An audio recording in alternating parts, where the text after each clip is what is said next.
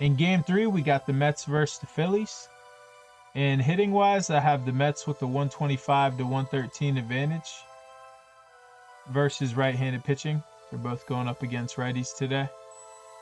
And Chris Bassett's going to be on the mound for the Mets, who I have projected at a 4.64 ERA, going 5.6 innings pitched and giving up just under 3 runs in his start. And if you look at his splits, he's actually pitched a lot better within the last 30 days compared to full season.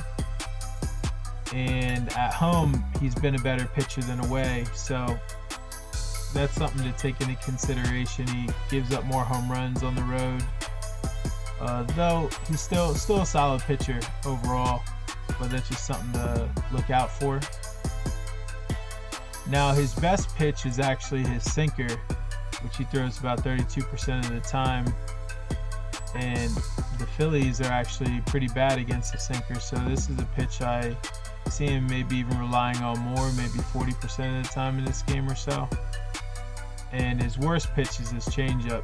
I mean, he doesn't throw it that often, but I feel when he throws it, the Phillies hit changeups really well. So you could see a home run come on a changeup possibly.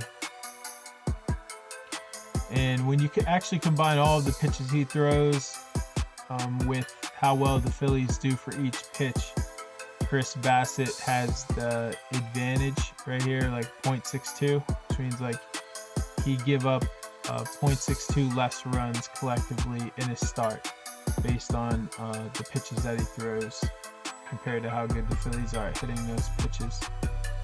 And when you look at Aaron Nola on the mound for the Phillies, I have him projected at a 3.79 ERA, and on the season he has a 3.07, so he's a solid pitcher, and his FIP's 2.76, so you could expect him to keep pitching well. I have him going 5.8 innings pitched, giving up about 2.5 runs in his start. And when it comes to home and away, at home he's actually pitched a lot worse this season, so he's given up almost 3 times as much homers, which is something to look out for. He doesn't really walk many batters, with about 4% on the season. His whip's pretty low, so he's a really good pitcher. In terms of the pitches that he actually uses, he relies on the four-seam or his fastball the most, which is a good pitch. But his best pitch is actually his sinker, which he throws about 20% of the time. But the Mets hit the sinker really well, so they'll somewhat neutralize that pitch, I feel. Now, I would say the pitch that's really going to hurt Aaron, though, is the changeup. His changeup is his worst pitch, and the Mets really hit changeups really well. So, and that's what I said with the on the Philly side or the Mets side, it's actually the same thing. They hit changeups really well, both Phillies and Mets. So yeah, that's something I could see runs being scored like that. So when you collectively put that all together, I mean, it's pretty much a break even though, when you add up all the pitches and how well the Mets hit each pitch. Aaron Nola give up about 1/10 of a run less scored. So in terms of the advantage, I give it to Aaron Nola in the start. Both should do somewhat well. I could see runs being scored nonetheless. And for relief pitching, I have the Phillies with the slight advantage. It's almost nearly identical.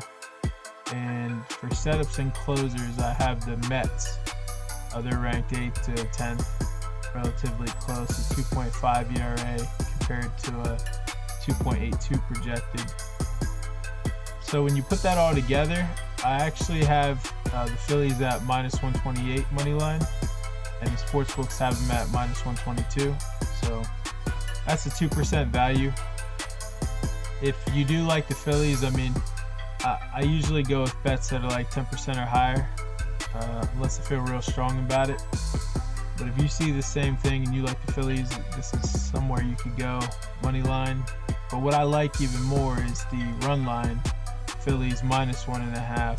I have it at +134, where the actual line is +165. So that's 13% value.